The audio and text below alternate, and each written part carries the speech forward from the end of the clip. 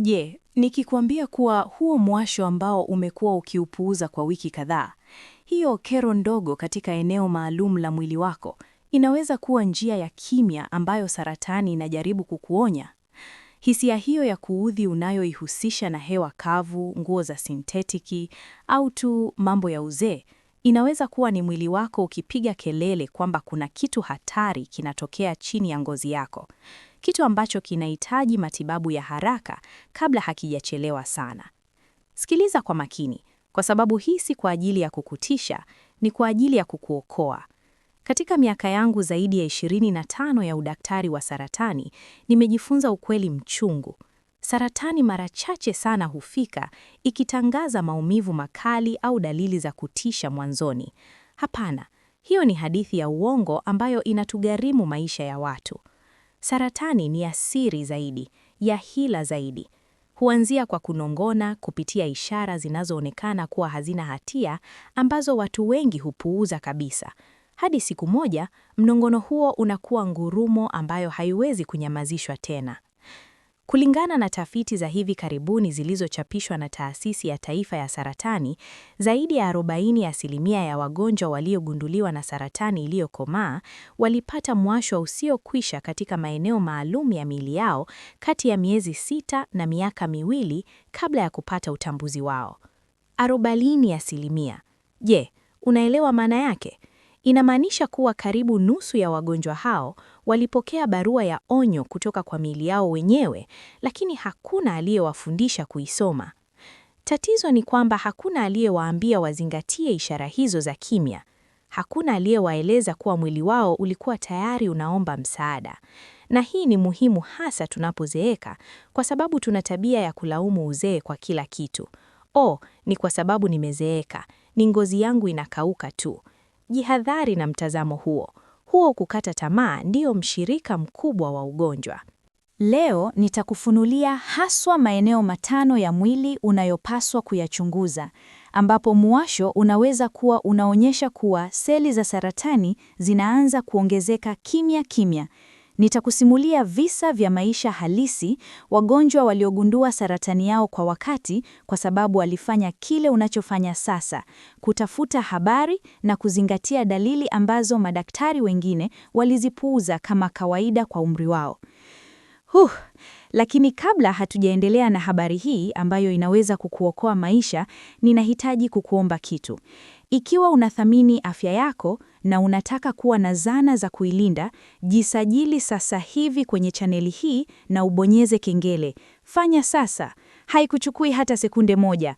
Kila wiki ninashiriki siri za kitabibu ambazo madaktari hawana muda wa kukueleza katika ushauri wa dakika 15. Na ubonyeze like, penda kwenye video hii ili algorithm ielewe kuwa afya ya wazee ni muhimu. Twende moja kwa moja kwenye mada. Ishara ya kwanza: mwasho usiokwisha kwenye vigimbi, ndama za miguu. Tahadhari ya kimya ya limfoma. Acha nikusimulie kuhusu kisa ambacho kimekazwa kwenye kumbukumbu yangu. Bibi mmoja wa miaka 72, tumuite Kamila, alifika ofisini kwangu baada ya kuonana na madaktari wa ngozi 3 tofauti.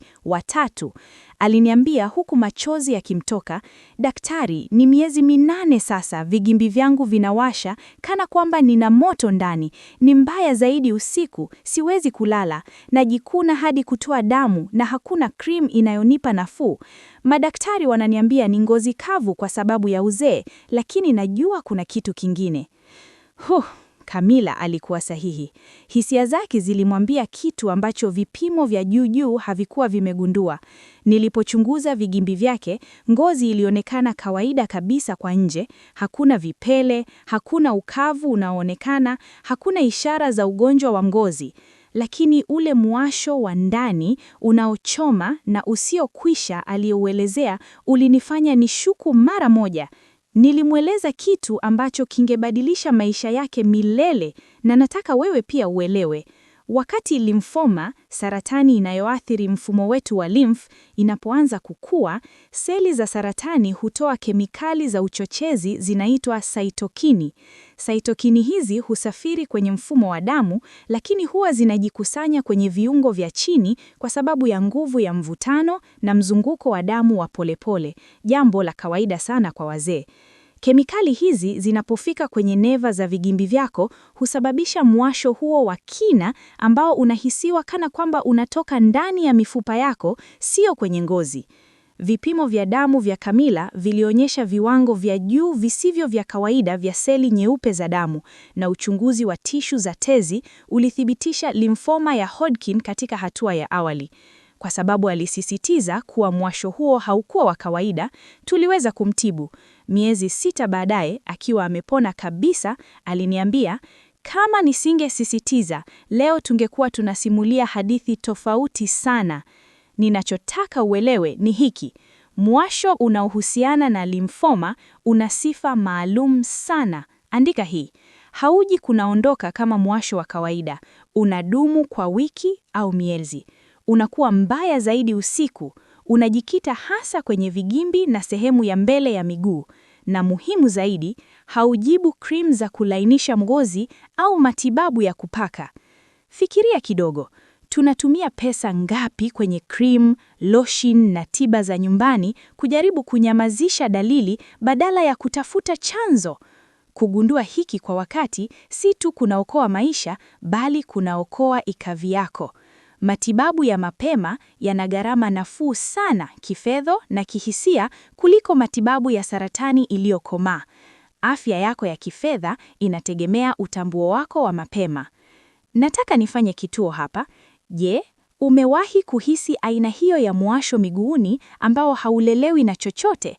Niachie mjushia wako kwenye maoni. Andika ndio au simulia hadithi yako. Kwa kukusoma, hunisaidii tu kuelewa vizuri watazamaji wangu, lakini ushuhuda wako unaweza kumtahadharisha mtu mwingine anayepitia hali hiyo hiyo na kudhani yuko peke yake. Sisi ni jamii ya watu werevu tunaotunzana. Twende kwenye ishara ya pili. Hii ni moja ya zile za hila zaidi. Muwasho kati ya mabega. Tahadhari ya mapema ya saratani ya kongosho. Hadithi ya Sebastian ilinisumbua kwa miezi. Mhasibu huyu wa miaka 65 alifika dharura akiwa na homa ya manjano, ngozi ya njano na maumivu makali ya tumbo. Saratani yake ya kongosho ilikuwa imekomaa tayari. Lakini tulipopitia historia yake, tuligundua kitu kilichonivunja moyo. Kwa karibu mwaka mmoja, alikuwa akitembelea tabibu wa viungo, chiropractors, wataalamu wa masaji na tiba ya viungo kwa ajili ya muwasho wa ajabu katikati ya mgongo, kati ya mabega. Aliuelezea kama moto wa ndani ambao hakuweza kuuzima. Mkewe alinilungama huku akilia. Daktari, Sebastian aliniambia kila usiku kuwa anahisi kama kuna kitu kinamuunguza kwa ndani, hapo hapo mgongoni. Alijikuna kwenye frame ya mlango hadi kujiumiza. Tulitumia kila aina ya cream, hata tulibadilisha godoro tukidhani ni mzio, allergy. Hakuna aliyetuambia inaweza kuwa kongosho. Uhusiano huu si sadfa, na nitakueleza sayansi iliyo nyuma yake ili usisahau kamwe. Kongosho, ingawa liko tumboni, limeunganishwa kwa karibu na ini kupitia mirija ya nyongo. Uvimbe wa kongosho unapoanza kukua, hata kama ni mdogo sana, unaweza kuziba mirija hii. Hii inasababisha chumvi za nyongo kujikusanya kwenye mfumbo wa damu. Chumvi hizi za nyongo huwasha ncha za neva, na kutokana na jinsi mfumo wetu wa neva ulivyopangwa, muwasho huu mara nyingi hujidhihirisha kama muwasho mkali kati ya mabega. Ni maumivu ya kuhamishwa, ni kana kwamba kongosho linatuma ishara za dharura kupitia nyaya za neva, lakini ujumbe unafika ukiwa umesimbua kama muwasho mkali mgongoni. Watu wengi na hata madaktari wa kawaida wenye haraka hawafahamu uhusiano huu maalum wa kineva. Fernanda, mgonjwa mwingine wa miaka 68, alikuwa na bahati zaidi. Alifika ofisini kwangu akielezea muwasho ule ule usiokishwa kati ya mabega. Mara moja, niliagiza vipimo vya vimenyenye vya ini na kongosho. Tuligundua uvimbe wake wa kongosho ukiwa bado unaweza kufanyiwa upasuaji. Tulimuokoa maisha yake. Aliniambia baada ya upasuaji wake, "Daktari, wewe ndiye mtu wa kwanza uliyechukulia muwasho wangu kwa uzito. Madaktari wengine walinituma kununua cream za bei ghali zaidi, lakini wewe ulielewa kuwa mwili wangu ulikuwa unanionya kuhusu jambo zito." Hapa ndipo penye ufunguo. Ikiwa una muwasho usiokishwa wa ndani na unaochoma kati ya mabega ambao haupungui kwa matibabu ya kupaka, na hasa ukigundua uchovu usioelezeka, kupungua uzito au mabadiliko katika mmeng'enyo wako wa chakula, usisubiri. Hii inaweza kuwa tofauti kati ya kugundua saratani ya kongosho katika hatua ya awali dhidi ya hatua iliyokomaa. Tofauti kati ya uhai na kifo. Na hapa nataka kuweka parandesi muhimu kwa maisha yako ya baadaye. Kufuata ushauri huu si tu kunaboresha hali yako ya sasa ya mwili, bali kunaandaa mustakabali wenye mateso kidogo. Fikiria kufika miaka 80 au 90 ukiwa na amani ya kujua kuwa uliisaikiliza mwili wako kwa wakati, ukiepuka upasuaji mkali na tiba kemia hizo zenye kuharibu kwa sababu tu ulizingatia muwasho. Hiyo ni akili ya kitabibu inayotumika katika maisha yako ya kila siku.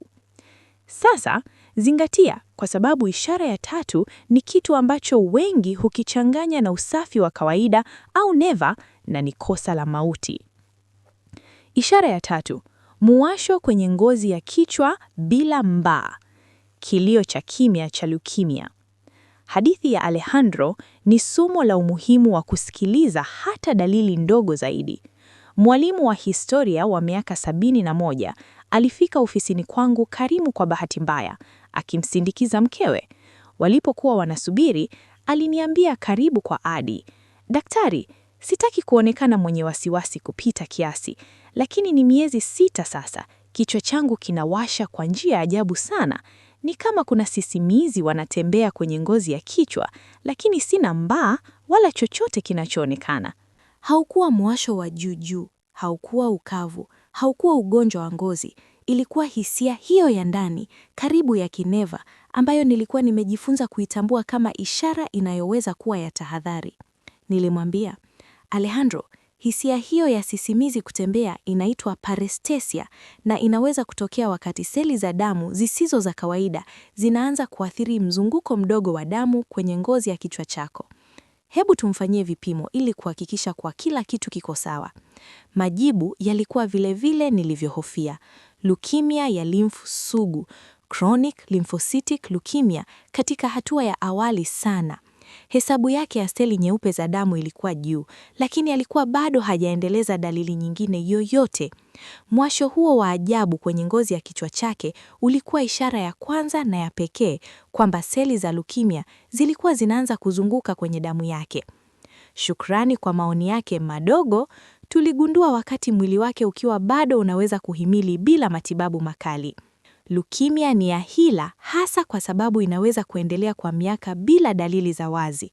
Lakini ngozi ya kichwa, ikiwa na mishipa mingi ya damu na mtandao mpana wa neva, mara nyingi hugundua mabadiliko katika muundo wa damu kabla ya kipimo cha kawaida cha damu kuonyesha kama kengele ya hatari.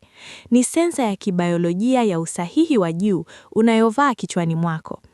Beatrice, mwalimu mstaafu wa miaka 64, alikuwa na uzoefu kama huo. Alinielezea kuwa ngozi ya kichwa chake ilianza kuhisi kama ina uneme nyakati za jioni, ikiwa na hisia ya ganzi au mwigizo ambayo hakuweza kuituliza kwa kujikuna. Tulipopata viwango vyake visivyo vya kawaida ya seli nyeupe za damu, alisema, "Dokta, mwili wangu ulikuwa unanionya, sivyo? Nilijua kitu hakikuwa sawa." Nataka uelewe sifa maalum za mwasho huu unaohusiana na leukemia ili usiende hofu kwa sababu ya mba wa kawaida. Sikiliza vizuri. Inahisiwa zaidi kama mwigizo au hisia ya umeme kuliko mwasho wa kawaida. Hakuna mba unaoonekana wala ngozi kubambuka. Inaweza kuhama kutoka eneo moja la kichwa hadi lingine. Inakuwa mbaya zaidi na msongo wa mawazo au nyakati za jioni. Na kimsingi haijibu shampoo za kuzuia mba wala matibabu ya ugonjwa wa ngozi. Ikiwa umekuwa ukipata aina hizi za hisia za ajabu kwenye ngozi ya kichwa chako kwa wiki kadhaa, usizipuuze. Inaweza kuwa ishara ya kwanza kwamba mwili wako unahitaji matibabu ya haraka. Niachie namba 2 kwenye maoni ikiwa umewahi kuhisi hisia hiyo ya ajabu ya sisimizi kutembea kwenye ngozi ya kichwa chako ambayo huwezi kuielezea. Maoni yako yanaweza kusaidia algorithm kuonyesha video hii kwa mtu anayehitaji kuisoma kwa dharura. Wakati mwingine nafikiri teknolojia inatumika zaidi kutazama kata kuliko kuokoa maisha, lakini hebu tufanye leo iwe tofauti. Na sasa nataka uzingatie sana kwa sababu tunaingia katika eneo linaloathiri mamilioni ya wanawake na mara nyingi hugunduliwa vibaya hadi inakuwa imechelewa. Ishara ya 4, mwasho usiokusha katika eneo la matiti. Tahadhari ya kimya ya saratani ya matiti ya uchochezi. Hadithi ya Valentina iliacha alama kubwa kwangu na ilibadili milele jinsi ninavyotathmini malalamiko yanayoonekana madogo ya wagonjwa wangu. Muuzaji huyu mguvu wa miaka 58 alifika ofisini kwangu baada ya kuonana na madaktari 2 wa wanawake na daktari mmoja wa ngozi. Wote, kabisa wote, walikuwa wamemwambia kuwa tatizo lake lilikuwa mwasho kutokana na sidiria au kutokwa jasho pita kilo. Alikuwa hivyo kwa miezi 4. Aliniambia kwa mchanganyiko wa kuchanganyika na hofu, "Dokta, titi langu la kulia linawasha kila wakati, hasa karibu na chuchu. Ngozi inaonekana kawaida, hakuna uvimbe ninaoweza kuhisi, lakini ni mwasho wa ndani unaoniamsha usiku. Nimebadili sidiria, sabuni na dawa za kufulia, lakini hakuna kinachonipa nafuu." Nilipomchunguza Valentina, ngozi yake kwa kweli ilionekana kawaida kwa macho. Hakuna vipe, hakuna mabadiliko ya rangi ya wazi, hakuna uvimbe unaoweza kugusika, lakini kulikuwa kitu kidogo. Ngozi karibu na chuchu ilihisi kuwa nene kidogo na ya moto inapoguswa. Nilimweleza, "Valentina, unachoelezea kinaweza kuwa saratani ya matiti ya uchochezi. Hii ni aina ya saratani ya matiti ambayo ni kali sana, lakini haijulikani sana. Tofauti na saratani ya matiti ya kawaida ambayo hutengeneza uvimbe mgumu, aina hii huzuia mishipa ya lymph kwenye ngozi, kusababisha uvimbe na huo mwasho wa ndani unaohisi." Vipimo vilithibitisha mashaka yangu. Saratani ya matiti ya uchochezi katika hatua ya awali. "Daktari," aliniambia Valentina baada ya kumaliza matibabu yake kwa mafanikio, "uliokoa maisha yangu kwa kuchukulia kwa uzito mwasho ambao madaktari wengine waliupuuza kama kitu kidogo. Sasa naelewa kuwa mwili wangu ulikuwa unanipigia kelele kuwa kuna kitu hakikuwa sawa. Na nataka hii ieleweke wazi. Saratani ya matiti ya uchochezi ni hatari hasa kwa sababu haifuati sheria, haitengenezi uvimbe unaoweza kugunduliwa mwanzoni. Inasambaa haraka. Na dalili zake za awali, mwasho, joto, wekundu kidogo, ni rahisi sana kuchanganywa na matatizo madogo ya ngozi kiasi kwamba inatisha." Gabriela, mgonjwa mwingine wa miaka 52, alielezea mwasho wa kuchoma ambao ulianzia kwenye titi lake la kushoto na polepole kuenea kwa pani mwake. "Inahisiwa kama kuna moto chini ya ngozi yangu," aliniambia.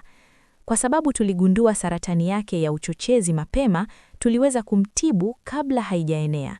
Ni muhimu uelewe sifa za mwasho huu. Ni wa kudumu, si wa kuja na kupotea. Unajikita karibu na chuchu lakini unaweza kuenea. Unaambatana na hisia ya joto au kuungua. Ngozi inaweza kuhisi kuwa nene kidogo kama ganda la chungwa, hata kama ni kwa kiasi kidogo. Na haijibu cream, mabadiliko ya nguo za ndani au matibabu ya kupaka. Na kwa wanaume wanaonitazama, ingawa saratani ya matiti kwa wanaume si ya kawaida sana, ipo pia na inaweza kujitokeza na dalili hizi. Kamwe kwa hali yoyote usipuuze mwasho usiokwisha katika eneo la kifua. Ikiwa umekuwa ukipitia hili kwa zaidi ya wiki 12, usisubiri. Hiki ni kimoja ya visa ambapo ugunduzi wa mapema unamaanisha tofauti kati ya uhai na kifo. Imebaki ishara moja zaidi, ya 5. Na ninakuonya, hii pengine ndiyo inayopuuzwa zaidi na hatari zaidi kuliko zote. Si kwa sababu ndiyo inayoua zaidi kiafya, bali kwa sababu miko, tabu ya kijamii unaoizunguka huzuia watu kutafuta msaada kwa wakati. Aibu inaua watu, lakini tutazungumzia hilo baada ya muda mfupi, kwa sababu ninahitaji akili yako iwe wazi ili kuvunja miko huo. Kumbuka, tunazungumzia afya yako, maisha yako ya baadaye, kuhusu kuweza kufurahia wajukuu zako, safari zako, kustaafu kwako bila mzigo wa ugonjwa ambao ungeweza kuzuilika. Ishara ya 5, muwasho katika eneo la haja kubwa na sehemu za siri, anogenital, miko unaoweza kugharimu maisha yako.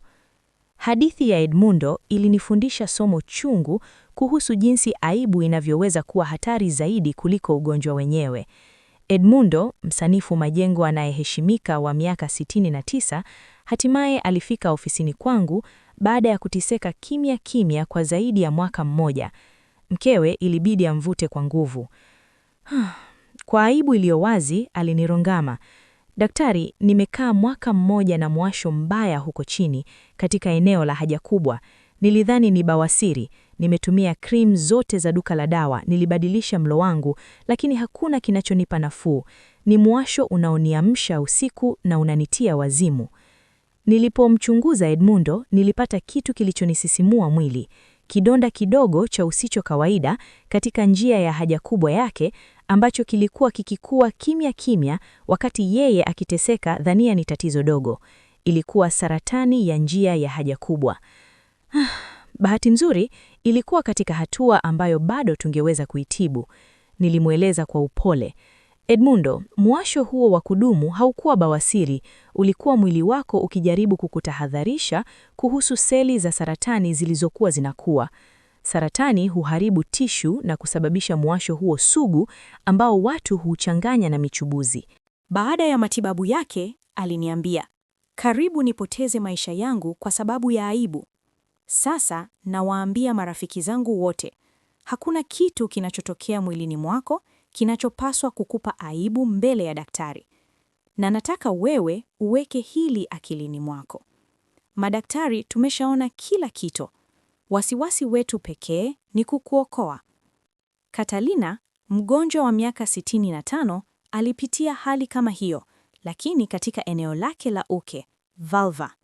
Kwa miezi 8 alivumilia muwasho mkali aliyouhusisha na ukavu wa kukoma hedhi. Alipokuja kuonana na daktari hatimaye, tuligundua saratani ya uke katika hatua ya awali. Alidhani ilikuwa kawaida kwa umri wake. Hapana, mateso ya mara kwa mara si ya kawaida kamwe. Ni muhimu uelewe sifa za muwasho huu hatari ili kuutofautisha na kitu kisicho na madhara. Ni wa kudumu, hauji na kuondoka. Haubadiliki kwa hatua za usafi wa hali ya juu. Kwa kweli, wakati mwingine unakuwa mbaya zaidi. Haujibu cream za bawasiri. Mara nyingi huambatana na kuungua au hisia ya kidonda kibichi. Na muhimu zaidi, unazidi kuwa mbaya polepole kadri muda unavyokwenda. Ikiwa umekuwa ukipata muwasho sugu katika eneo la haja kubwa na sehemu za siri kwa zaidi ya wiki 3, usiruhusu aibu ikuzuie kutafuta msaada. Maisha yako yana thamani zaidi kuliko wakati wa kutokuwa na raha ofisini kwa daktari. Niachie namba 4 kwenye maoni ikiwa habari hii imekufanya utafakari kuhusu dalili ambazo labda umekuwa ukizipuuza kwa aibu. Tuvunje ukimya pamoja. Sasa nataka nifanye kituo kukuomba kitu muhimu. Je, unaniangalia kutoka nchi au mji gani leo? Napenda kujua kwamba dhamira hii ya kutunza afya inafika pembe nyingi za dunia. Niachie eneo lako kwenye maoni. Inashangaza jinsi teknolojia inavyoturuhusu kutunzana bila mipaka. Tafakari za mwisho. Mwili wako siku zote unajaribu kuwasiliana nawe. Baada ya zaidi ya miaka 25 katika udaktari wa saratani, nimefikia hitimisho. Mwili wako ni mfumo wa kengele ya hali ya juu zaidi uliopo. Kila hisia, kila mabadiliko, kila kero inayoonekana ndogo inaweza kuwa ishara muhimu. Ishara 5 tulizozijadili leo: vigimbi, mabega, ngozi ya kichwa, matiti na eneo la haja kubwa na siri, si sadafa. Ni dhihirisho maalumu ya jinsi aina tofauti za saratani zinaanza kutuma ishara za hatari muda mrefu kabla ya maumivu au uvimbe kutokea. Mkumbuke Camilla, ambaye limfoma yake iligundiliwa kwa muwasho miguuni. Sebastian, na mzio wake mgongoni ambao ulikuwa saratani ya kongosho. Alejandro na sisimizi kichwani mwake waliotangaza leukemia. Wote walikuwa na kitu kimoja kwa pamoja. Waliusikiliza mwili wao na kutafuta msaada, ingawa wengine waliwaambia wanatia chumvi.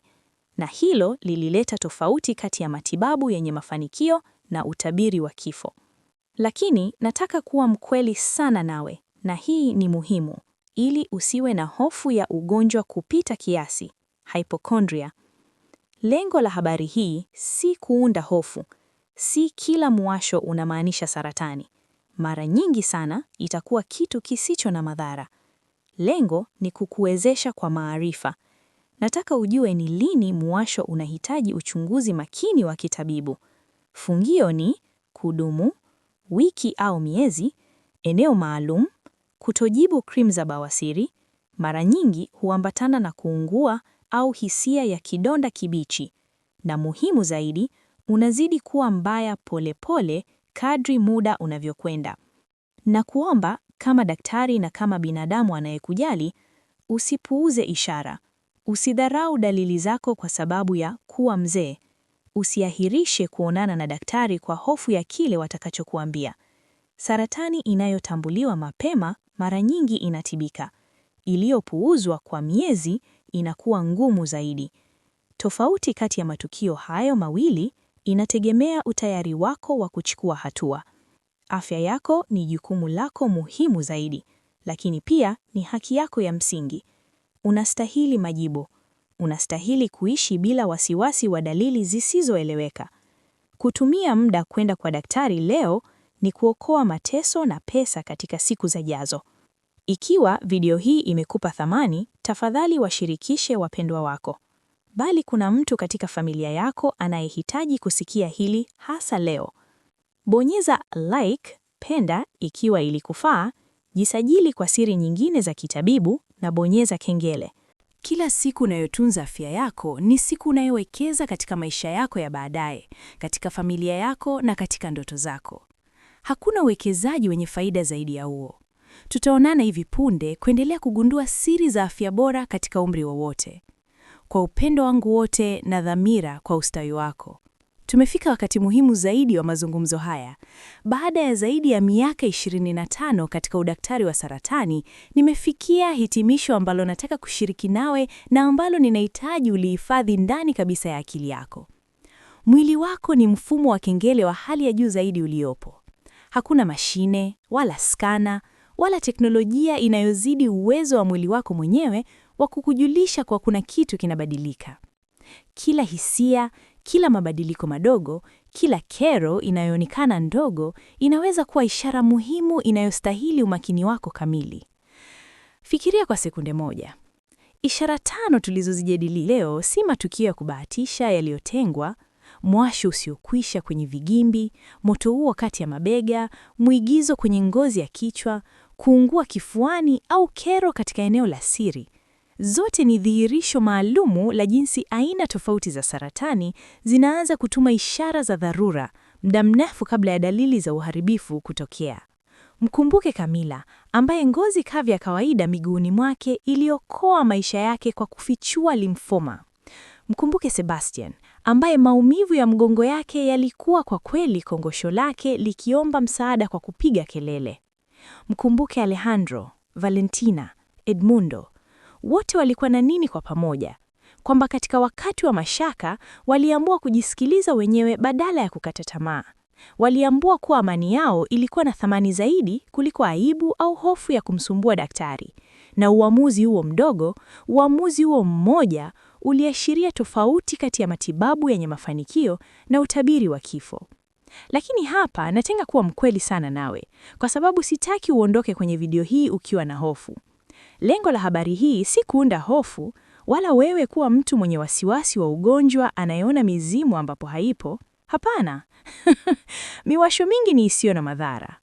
Kuumwa na mdudu, mzio, sabuni mpya, hiyo ni kawaida. Lengo ni kukuwezesha. Nataka kukupa maarifa ili ujue kutofautisha ni lini dalili haina hatia na ni lini inahalalisha uchunguzi makini wa kitabibu. Hapa kuna funguo za uhakika. zikariri au uziandike, kwa sababu hili ndilo linalotenganisha mshtuko na onyo la kweli. 1. Kudumu. Ikiwa mwasho unadumu wiki au miezi na hauonyoki. 2. Eneo maalumu. Ikiwa unajikita katika moja ya maeneo 5 niliyokufunulia leo. 3. Upinzani. Ikiwa haujibu cream, vilainishi au matibabu ya kawaida. 4. Ukubwa. Ikiwa unaingilia usingizi wako au shughuli zako za kila siku. Na 5. Bila sababu ya wazi. Ikiwa unatokea ghafla bila wewe kubadilisha dawa ya kufulia au nguo. Ikiwa dalili yako inakidhi sifa hizi, si wakati wa kusubiri uone kama utapita. Ni wakati wa kuchukua hatua. Nataka kumaliza na ujumbe wa kibinafsi sana, si tu kama daktari, lakini kama mwanadamu anayejali ustawi wako kwa dhati. Na kuomba, tafadhali, usipuuze ishara za mwili wako. Usidharau dalili zako ukidhani kuwa ni mambo ya uzee. Usiahirishe ushauri wa daktari kwa hofu ya kile wanachoweza kukuambia au kwa aibu. Nakwambia kwa moyo mkunjufu. Saratani inayotambuliwa mapema ni mara nyingi sana inatibika. Lakini saratani inayopuuziwa kwa miezi au miaka inakuwa adui mkubwa zaidi na wa gharama zaidi. Na hapa nataka kuzungumza nawe kuhusu maisha yako ya baadaye. Kutunza afya yako leo ni uwekezaji bora wa kifedha unaoweza kufanya. Utambuzi wa mapema unamaanisha matibabu yasiyo makali sana, kupona kwa haraka zaidi na gharama ndogo za matibabu ya janga. Fikiria maisha yako ndani ya miaka 5 au 10. Je, unataka kuwa unafurahia familia yako, wajukuu zako, safari zako kwa nguvu na uchangamfu? Au unataka kuwa unapambana na matatizo ambayo yangeweza kuepukika? Uamuzi unaofanya leo, kwa kuzingatia hayo minononyoo midogo ya mwili wako. Afya yako ni jukumu lako muhimu zaidi, lakini pia ni haki yako ya msingi. Unastahili majibu ya wazi, unastahili huduma ya matibabu yenye ubora, unastahili kuishi bila wasiwasi wa kutokuwa na uhakika. Ikiwa video hii imekupa habari muhimu, ninakuomba fadhila inayoweza kuokoa maisha. Ishiriki kwenye makundi yako ya WhatsApp na familia yako na marafiki zako. Labda kuna mtu katika mduara wako wa kijamii anayehitaji kusikia hili haswa leo ili kufanya uamuzi wa kwenda kwa daktari. Wewe unaweza kuwa daraja ili mtu huyo apate msaada kwa wakati. Bonyeza like au penda kwenye video hii kama uliona inafaa. Hiyo inasaidia YouTube kuionyesha kwa wazee zaidi wanaohitaji kujilinda. Na kama bado hujafanya hivyo, jisajili kwenye chaneli yangu na ubonyeze kengele. Sitaki ukose ushauri wangu wowote wa kila wiki, kwa sababu kila video imeundwa kukuzawadia maisha na ubora wa miaka. Kumbuka daima, kila siku unayojitolea kutunza afya yako ni siku unayowekeza katika maisha yako ya baadaye, katika familia yako na katika ndoto zako. Hakuna uwekezaji wenye faida zaidi ya huo. Asante kwa kuniruhusu kuwa sehemu ya utunzaji wako. Tutaonana hivi punde kwenye video inayofuata, ambapo tutaendelea kuchunguza pamoja siri za kudumisha afya bora na kuishi kikamilifu katika umri wowote. Kwa upendo wangu wote na dhamira yangu isiyoyumba kwa ustawi wako.